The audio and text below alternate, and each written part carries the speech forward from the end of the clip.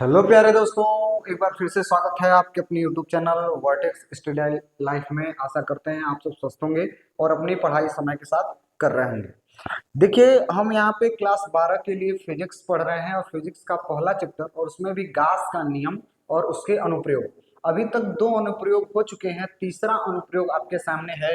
एक समान आवेशित गोले के कारण वैद्युत क्षेत्र की तीव्रता। एक तरीके से इसको मोस्ट इम्पॉर्टेंट कर लीजिएगा, क्योंकि आपके लिए ये क्वेश्चन जो है वह पूछा जाता है आपके पेपर में, तो इसको मोस्ट इम्पॉर्टेंट कर लीजिएगा। अब हम शुरू करते हैं कि किसी एक समान आवेशित गोले के कारण वैद्युत क्षेत्र की तीव्रता। इससे पहले किसी एक समान अनंत लंबाई के तार के निकट हमने पढ़ लिया है और चादर के निकट।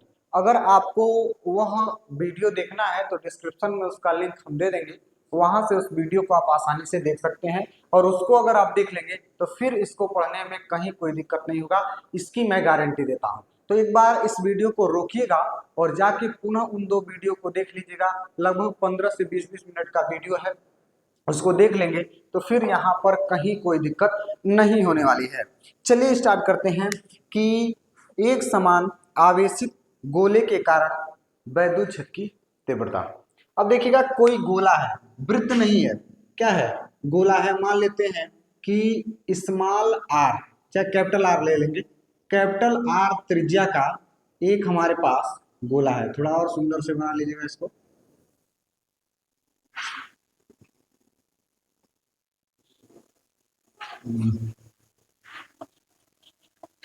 एक गोला आप ऐसे खींच लेंगे, ठीक है। और इसकी त्रिज्या कितनी है, तो इसकी त्रिज्या है आर। ये हमारे पास एक गोला है। देखिएगा, मैं वृत्त नहीं कह रहा हूं, गोला। गोला का मतलब क्या, आपके पास एक गेंद होगा, वो है एक गोले का ही एक उदाहरण है। अर्थात उसकी पृष्ठीय क्षेत्रफल होती है, तो हम उसको कहते हैं गोला। एक चीज याद रखिएगा कि गोले का पृष्ठीय क्षेत्रफल कितना होता है, तो 4 पाई r स्क्वायर। इस गोले का पृष्ठीय क्षेत्रफल अर्थात इसके ऊपरी क्षेत्रफल जो होता है, पृष्ठ का जो क्षेत्रफल होता है वो इतना होता है। याद रखिएगा, जरूरी है, अभी आपके सामने आएगा। अब देखिए, यह जो गोला है, हम कह रहे हैं कि इस पर प्लस क्यू आवेश जो है ना, वह समान रूप से क्या है, वितरित है। अर्थात समान रूप से इस पे प्लस क्यू आवेश है। अब हमको यहाँ पर दो केस बनेगा इसको हल करने के लिए। दो केस कौन से बनेंगे, या तो इस बिंदु O से कुछ दूरी बाहर की ओर ले ले R, यानी कैपिटल R, और इस बिंदु पर वैद्युत क्षेत्र की तीव्रता अर्थात यह बिंदु P है, यहीगा बाहर की ओर, केंद्र से बाहर की ओर, या फिर कह सकते हैं गोले से बाहर। ये पहला केस है कि अगर हमको वैद्युत क्षेत्र की तीव्रता गोले से बाहर ज्ञात करनी हो तो उसके लिए क्या होगा। एक हो सकता है गोले के केंद्र पर उसका वैद्युत क्षेत्र की तीव्रता क्या होगी, और तीसरा केस हो सकता है कि इसके पृष्ठ पर वैद्युत क्षेत्र की तीव्रता का क्या मान होगा। ये तीन मान आपसे पेपर में पूछ दिया जाएगा। तो कैसे निकालेंगे, बहुत ही आसान है, कुछ ज्यादा नहीं करना है। तो हमने बताया था कि गास के नियम का अगर अनुप्रयोग कर रहे हैं ना, तो उसमें जरूरी है कि कोई पृष्ठ हमेशा बंद होनी चाहिए। अर्थात इसके लिए हम एक गॉसियन पृष्ठ, देखिएगा इसके बीच की दूरी r है, तो r मान के एक हम गॉसियन पृष्ठ क्या कर देते हैं, खींच देते हैं। यहां पर आपको कहीं कोई दिक्कत नहीं होना चाहिए।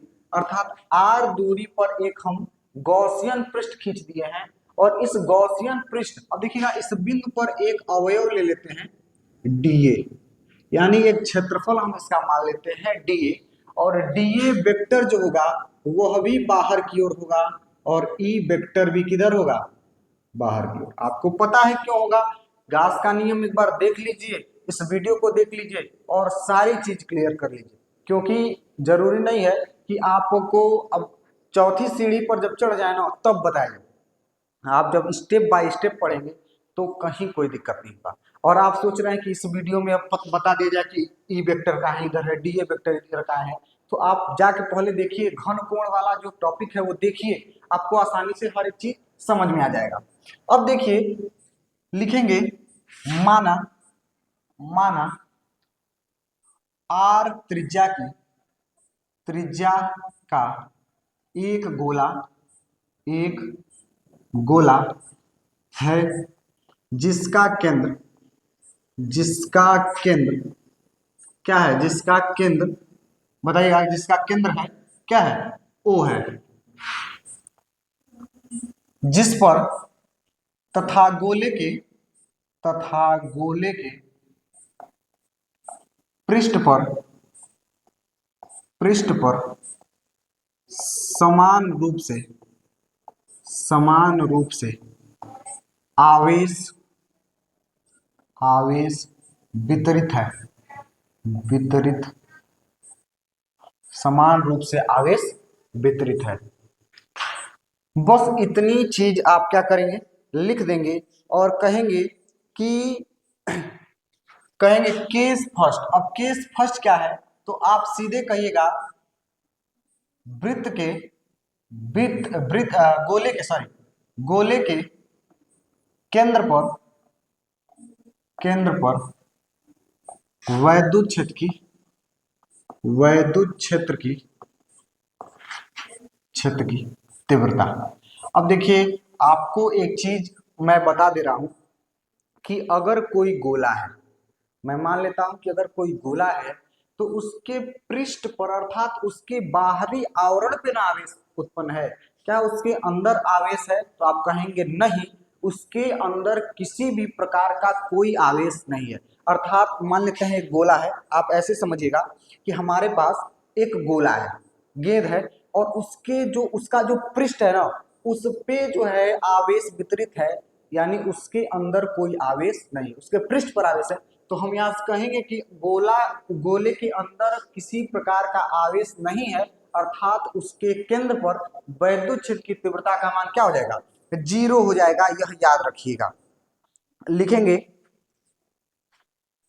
लिखेंगे चूंकि, चूंकि गोले के, गोले के पृष्ठ पर, पृष्ठ पर आवेश, आवेश वितरित है, वितरित, वितरित है, तथा गोले के अंदर, गोले के अंदर आवेश, आवेश नहीं है, अर्थात, अर्थात, अर्थात गोले के केंद्र पर, गोले के केंद्र पर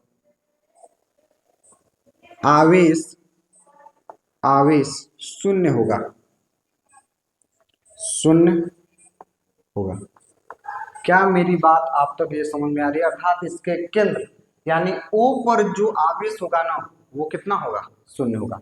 आप याद रखिएगा कि कोई भी निकाय है, जैसे हमारे सामने एक ये हम कप रखे हुए हैं, और देखिएगा ये जो कप है ना, हमने कहा कि इसके ऊपर जो है आवेश समान रूप से वितरित है, और कहूं कि इसका जो बीच का बिंदु है ना, इस बिंदु अंदर बीच के बिंदु पर हमको वैद्युत क्षेत्र की तीव्रता का मान ज्ञात करके बताओ, तो कहिएगा कि इसके अंदर जो बीच में वैद्युत क्षेत्र की तीव्रता का मान होगा वह शून्य होगा। क्यों शून्य होगा, क्योंकि आवेश तो इसके ऊपर है, अंदर नहीं है, इसलिए इसका मान क्या होगा, 0 होगा।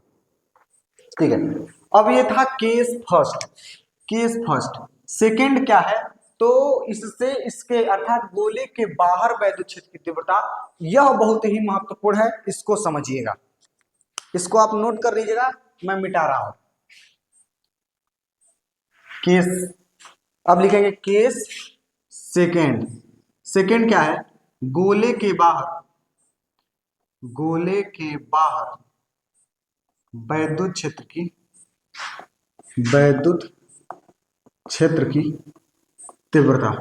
जरा बताइएगा गोले के बाहर वैद्युत क्षेत्र की तीव्रता का मान क्या होगा, तो आप क्या पढ़े हुए हैं, वैद्युत फ्लक्स का फार्मूला पढ़े हैं, लिखेंगे वैद्युत, वैद्युत फ्लक्स से, वैद्युत फ्लक्स से फाई ई बराबर डी फाई ई। देखिएगा जब अवयव डी, डी ए लिए हैं तो इसके लिए d phi integration E into, E into,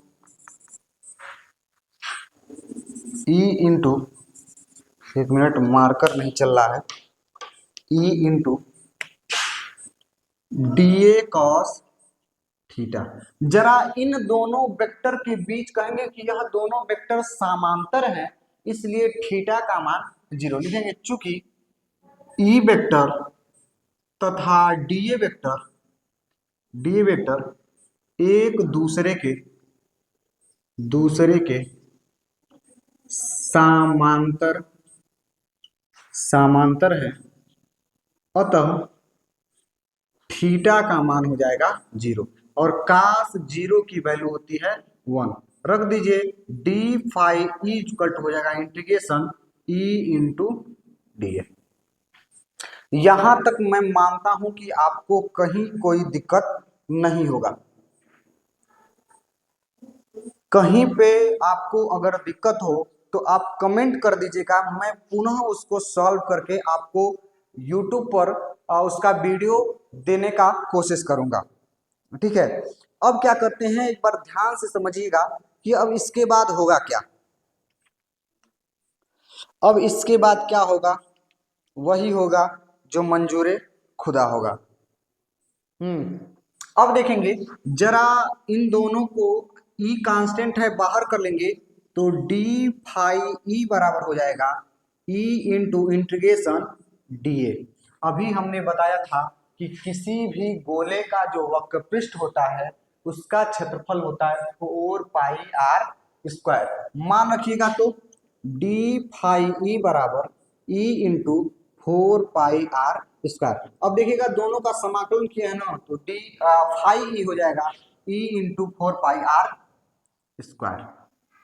अब कहेंगे गास के नियम से। अब गास का नियम क्यों लगा रहे हैं, तो इस यहां से फाई ई का मान हमको पता है क्या होता है, phi equal to q upon epsilon naught. मान रख दीजिए q upon epsilon naught equal to E into 4 pi r square. यही वैद्युत क्षेत्र की तीव्रता है, तो इसको इधर ही रन दीजिए और बाकी सब मान को इधर भेज दीजिए। गुणा में है भाग में हो जाएगा, यानी इसका मान होगा 1 अपान, देखिएगा ई का मान हो जाएगा 1 upon 4 pi epsilon q upon r square newton पर कूलम। ठीक है ना, ये आपको मान बता दिया गया है किसके लिए, बाह्य बिंदु पर, अर्थात इसके बीच की दूरी। देखिएगा एक चीज यहाँ पे गड़बड़ हो गया है, आप याद रखेंगे, क्या याद रखेंगे, तो इसके बीच की दूरी कैपिटल आर जब हम लिए हैं तो इसके बीच की भी दूरी कैपिटल आर। सभी जगहों पर आप कैपिटल आर कर लीजिएगा, यहां पर भी कैपिटल आर। बाह्य बिंदु अगर आपसे कहेगा कि उसके पृष्ठ पे निकालिए तो त्रिज्या बस यहाँ पर स्मॉल आर रख देंगे। के सेकेंड थर्ड आप लोग खुद करिएगा और बताइएगा कि इसका मान क्या होगा। तो ये था आपके सामने एक छोटा सा डेरिवेशन। आशा करते हैं आपको बहुत ही आसानी से समझ में आया होगा। मिलते हैं अगली वीडियो में, तब तक के लिए धन्यवाद।